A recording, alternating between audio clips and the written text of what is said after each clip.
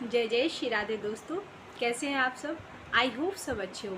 कल मैंने आपको श्री पीपा जी महाराज के चरित्र का 5th पार्ट सुनाया था। आज मैं आपको 6th पार्ट सुनाने जा रही हूँ। ध्यान से सुनना। ये बहुत ही महान संत का चरित्र है जिसके सुनने मात्र से जीव के सारे पाप खत्म हो जाते हैं। सो प्लीज़ ध्यान से सुनना। जब द्वारका छोड़ करके श्री पीपा जी महाराज आए तो एक गांव के बाहर कुटिया बना करके रहने लगे।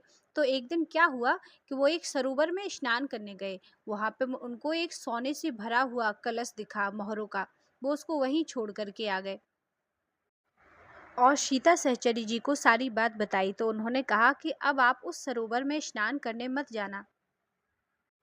संयोग बस उसी समय उनकी कुटिया के बाहर कुछ चोर छिपे हुए थे चोरी करने के लिए। उन्होंने सारी बात सुन ली तो वो सारे लोग उस सरोवर पर गए तो उन्होंने देखा कि उन पात्रों में सांप भरे हुए हैं। चोरों ने समझा कि वे पति पत्नी हमें सांपों से कटवा कर मारने के लिए आपस में ऐसी बातें कर रहे थे। बदला लेने की भावना से उन चोरों ने उन मटकों को उखाड़ा और श्री पीपा जी की कुटिया में पटक कर भाग गए। जब पीपा जी ने देखा तो सच में वह सोने की मोहरें थीं।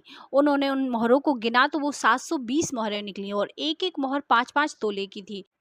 उस धन से श्री पीपा जी महाराज ने खूब साधु महात्माओं की सेवा की, खूब भंडारे करवाए और उस धन को 3 दिन में ही खत्म कर दिया।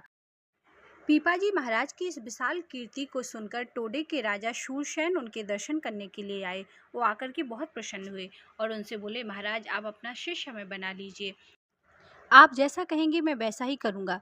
तो उन्होंने कहा, ठीक है, यदि तुम मेरे शिष्य बनना चाहते हो तो अपने राजपाट और अपनी रानियों को मुझे समर्पित कर दो।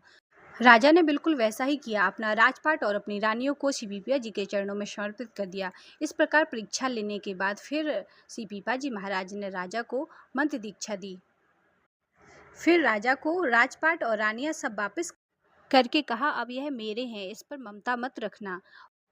तो दोस्तों, पीपा जी का चरित्र आगे और भी ज़्यादा खूबसूरत है। आगे का पार्ट आपको मैं कल सुनाऊंगी। आज के लिए बस इतना ही। जय जय श्री राधे श्याम, जय जय श्री हरिवंश।